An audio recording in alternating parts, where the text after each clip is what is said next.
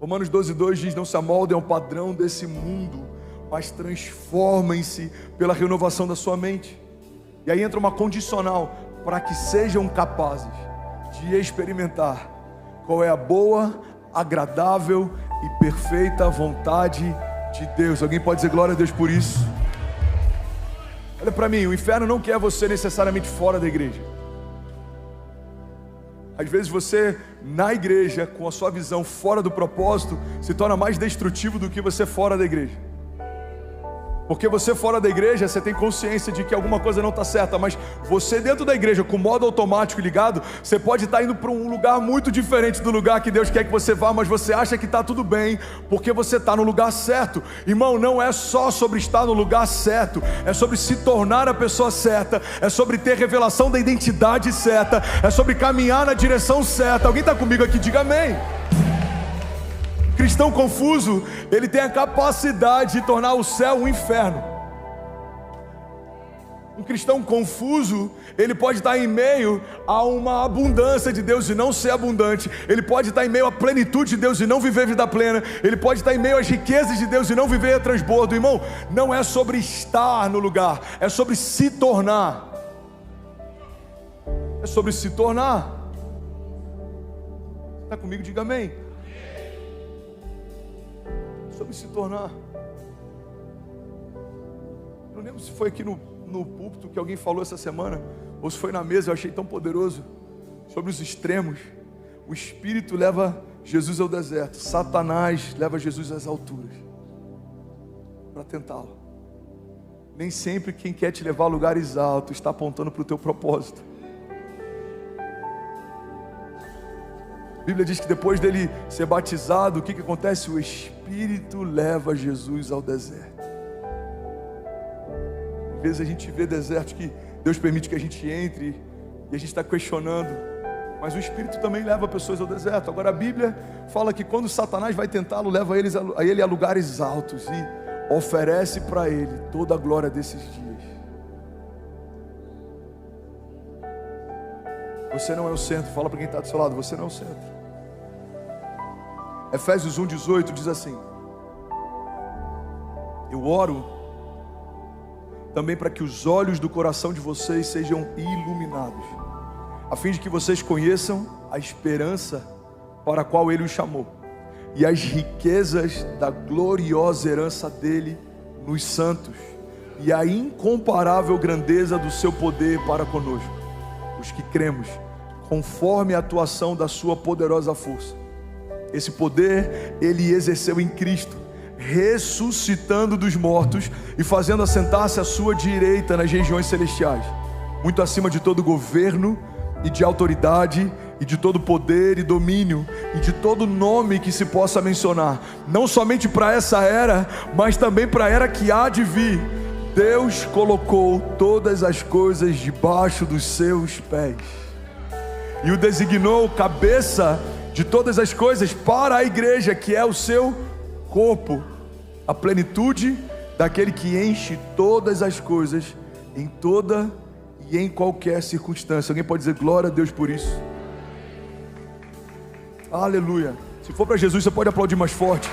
Aleluia.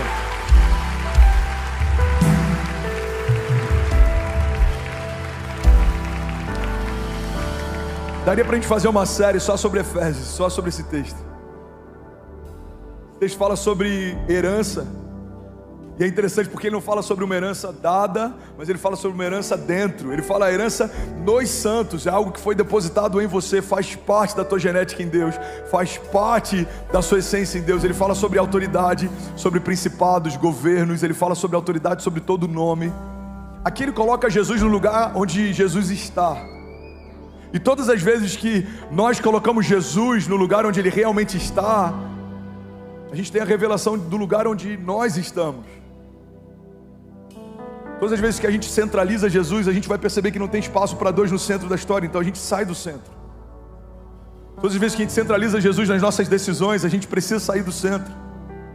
Assim como dois corpos não ocupam o mesmo espaço, dois senhores não podem liderar a mesma jornada.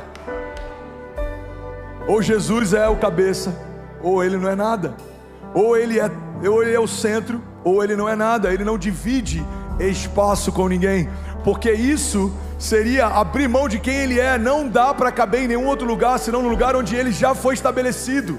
A Bíblia diz que Deus estabeleceu em Jesus a plenitude sobre todas as coisas, e até na ressurreição dos mortos ele teve a primogenitura. O único Filho de Deus, depois ressuscita como o primeiro de muitos. Então, irmão, guarda isso. Qualquer um pode ocupar o centro da minha história. Pode ser o dinheiro, pode ser a vaidade, pode ser os meus sonhos, podem ser os meus traumas, podem ser os meus medos. Tem muita gente que tornou o medo o seu conselheiro.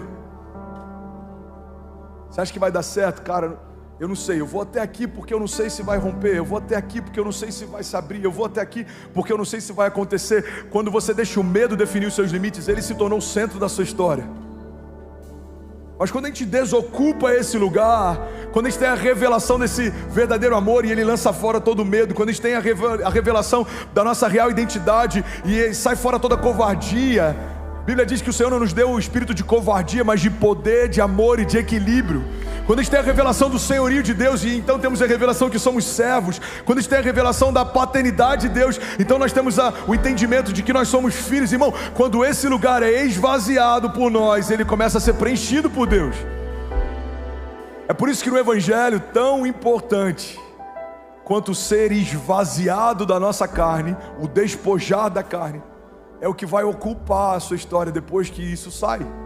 A Bíblia diz que um homem que ele sofreu libertação, mas não foi preenchido, é como uma casa em que os espíritos foram tirados e ele vagou no deserto, em lugares áridos, e ele volta 7 vezes mais forte. Ele volta trazendo outros espíritos para ocupar esse lugar, e quando ele chega, a casa foi limpa e arrumada.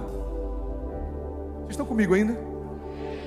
O que a Bíblia está dizendo, irmão, é que o Evangelho, a graça do Evangelho, a graça do novo começo, a graça da salvação, não é só sobre Deus esvaziar a porção do inferno que havia em nós, Deus esvaziar a porção de mentiras que havia em nós, Deus esvaziar a porção de traumas que havia em nós. Não é só sobre um lugar vazio, é sobre agora as realidades do reino de Deus ocuparem e preencherem o nosso interior. Então, onde havia mentira, agora a verdade de Deus. Onde havia morte, agora a vida de Deus. Onde havia medo, agora a ousadia de Deus. Onde havia incredulidade, agora a fé do tipo de Deus. Onde havia cativeiro, agora a liberdade de Deus. Alguém está comigo aqui, pelo amor de Deus?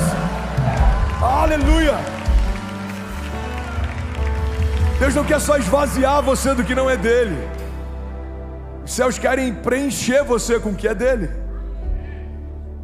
Porque eu bem sei os pensamentos que eu tenho a vosso respeito, diz o Senhor, pensamentos de paz e não de mal, para te dar o fim que você deseja.